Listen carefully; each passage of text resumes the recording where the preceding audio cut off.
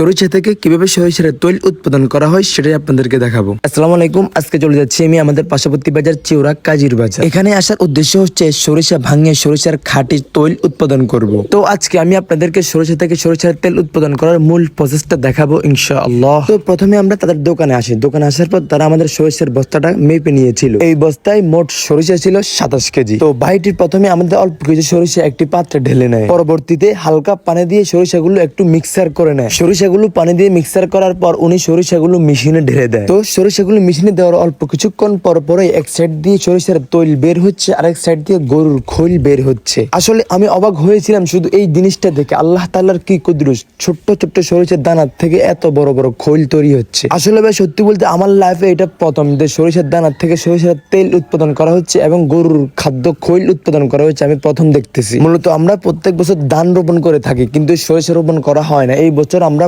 প্রথম সরিষা রোপণ করেছি। তো আলহামদুলিল্লাহ আমরা এই বছর যে সরিষা উৎপাদন করেছি তা থেকে আলহামদুলিল্লাহ আমরা ভালো একটা প্রফিট আয় করেছি। আচ্ছা যাই হোক, তো মূলত সরিষা থেকে সরিষার যে রসটা বের হয় এটাই হচ্ছে মূলত সরিষার খাঁটি সরিষার তৈল। আর বাকি সরিষার যে চামড়াটা থাকে অর্থাৎ সরিষার যে খোসাটা থাকে এই খোসা থেকে গরুর খাদ্য খৈল উৎপাদন হয়। তো আমরা মোট 27 কেজি সরিষা নিয়েছিলাম। এই 27 কেজি থেকে তেল পেয়েছি কতটুকু এবং খৈল পেয়েছি কতটুকু তা জানার চেষ্টা করবো ইনশাল্লাহ। তো আমরা মোট 27 কেজি সরিষা থেকে তেল পেয়েছিলাম মোট 10.5 লিটার এবং গরুর খাদ্য খৈল পেয়েছি মোট 18 কেজি।